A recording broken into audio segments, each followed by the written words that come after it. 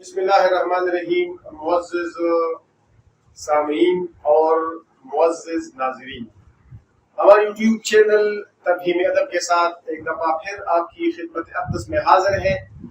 آج کا جو ہمارا ٹاپک ہے وہ ہے استعارہ۔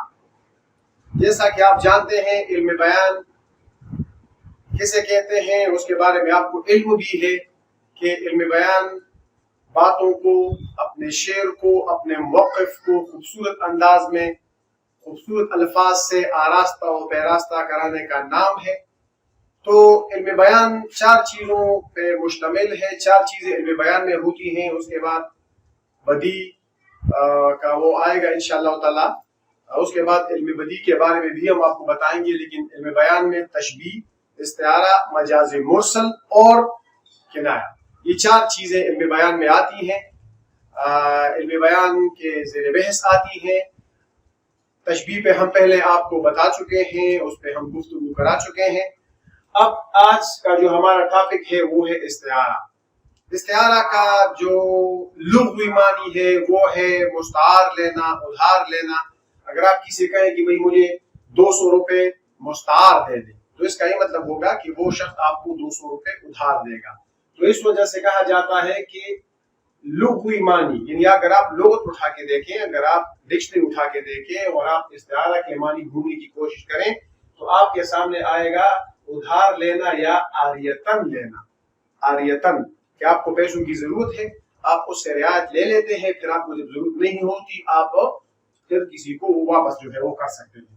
تو یہ دیکھیں، لیکن اب علم بیان میں، عام زندگی میں اصطلاحی طور پہ استعارہ کن معنوں میں مستعمل ہے، کس طرح استعمال ہوتا ہے، تو ہم اس کی تعریف یہ کریں گے کہ علم بیان کی اصطلاح میں جب کوئی لفظ اپنے حقیقی معنوں کی بجائے مجازی معنوں میں استعمال ہو، حقیقی معنوں میں استعمال وہ لفظ نہیں ہوگا۔ مثال کے طور پہ ایک لفظ آیا ہے اور وہ ہے صنم۔ صنم کا لفظ جو ہے وہ آیا ہے صنم۔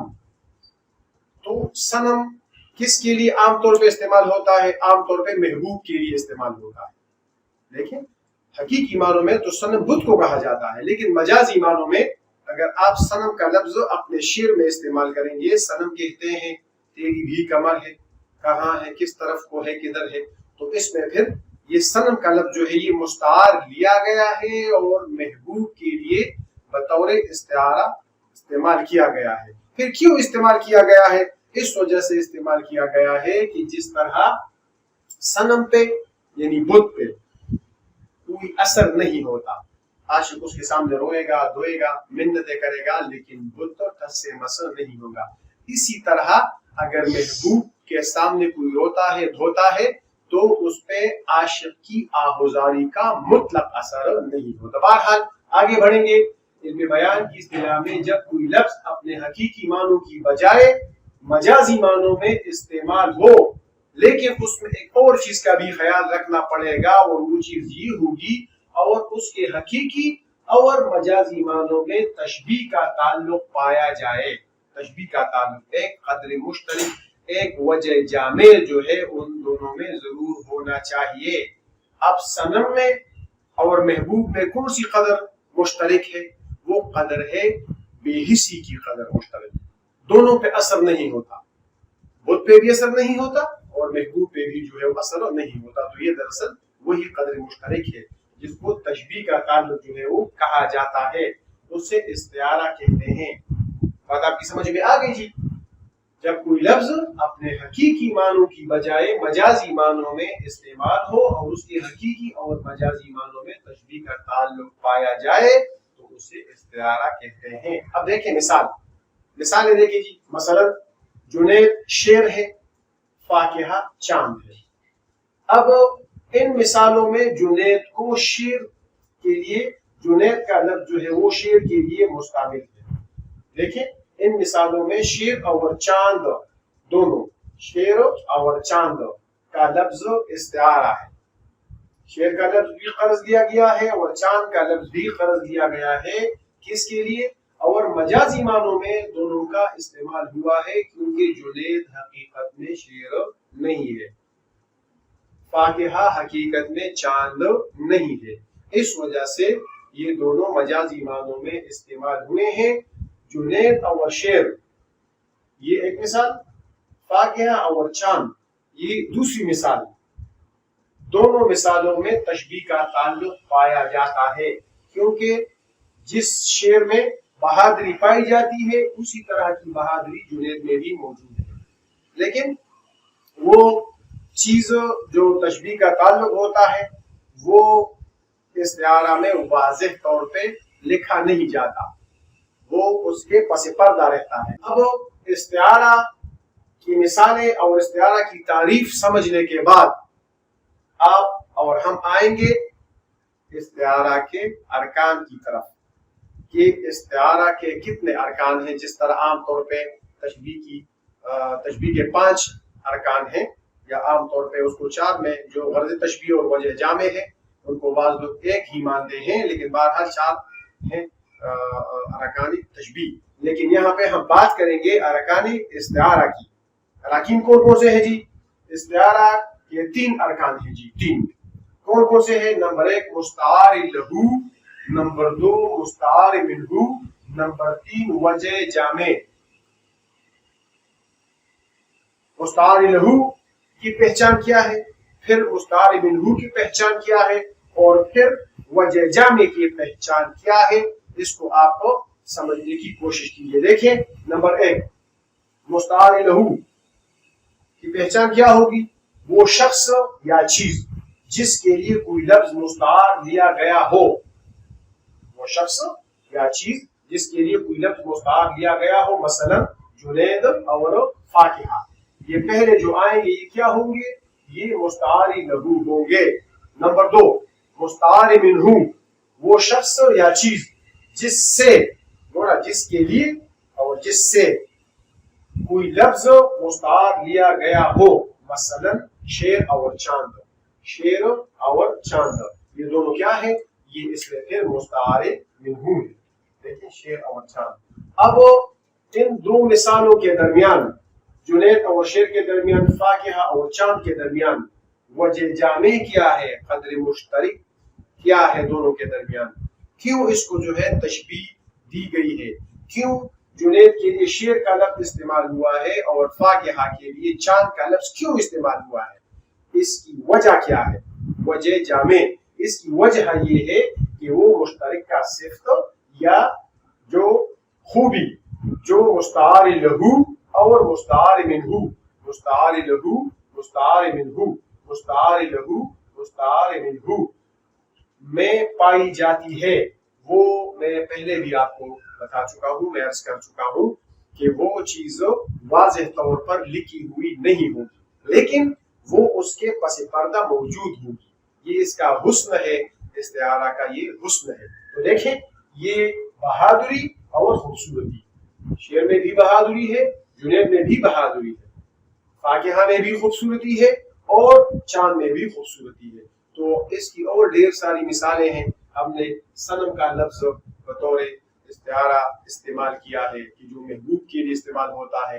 اب آتے ہیں 1-2 شعری مثالوں سے، کیونکہ علم بیان کی خوبیاں جو ہوتی ہیں وہ عام طور پہ شاعری کے لیے ہوتی ہیں.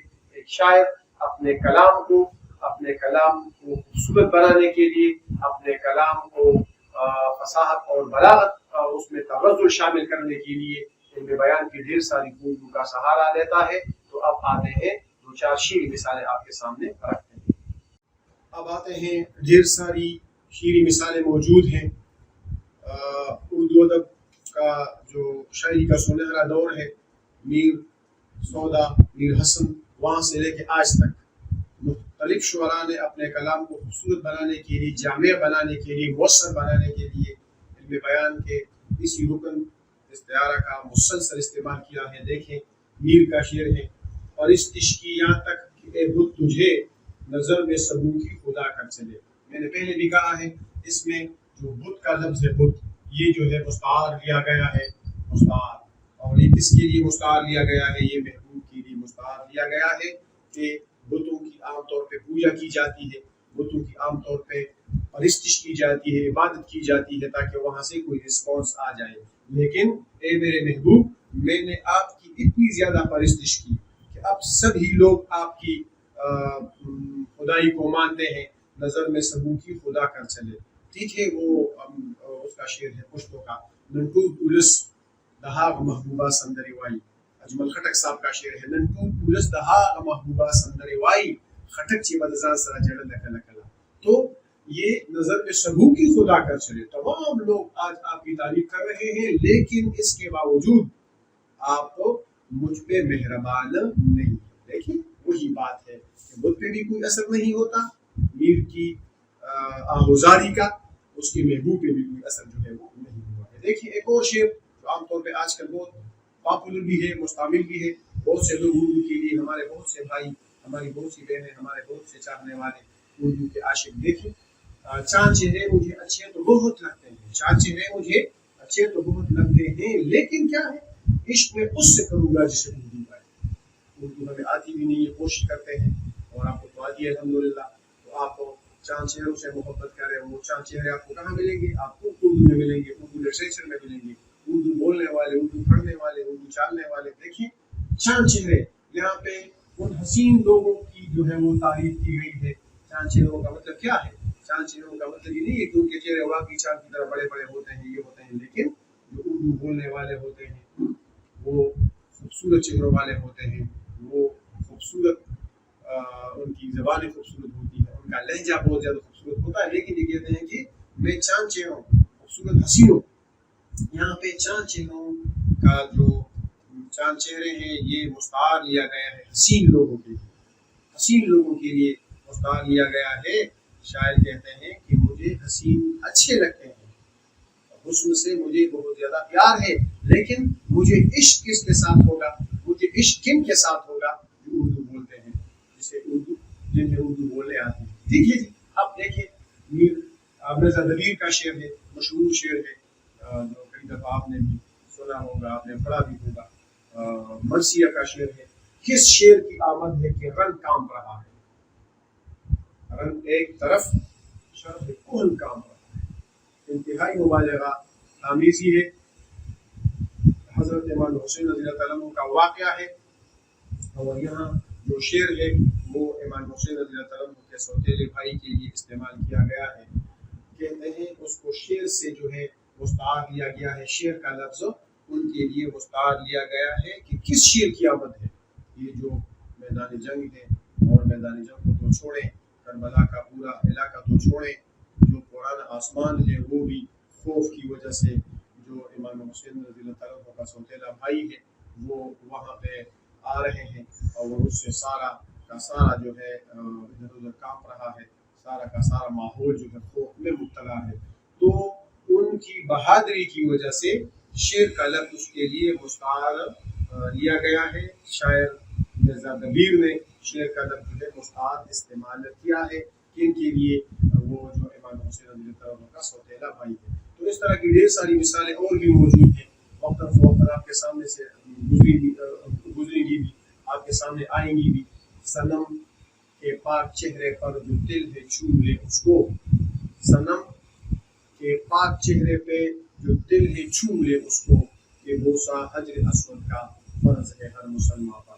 تو اس طرح کی ڈھیر ساری مثالیں ہیں اردو شاعری میں بھی، اردو نثر میں بھی. اگر آپ کو شاعری پسند ہے تو پھر آپ کو علم بیان کی اس خوبی یعنی استعارہ کو ہر لہجہ ہر لمحہ اپنے سامنے رکھنا ہوگا.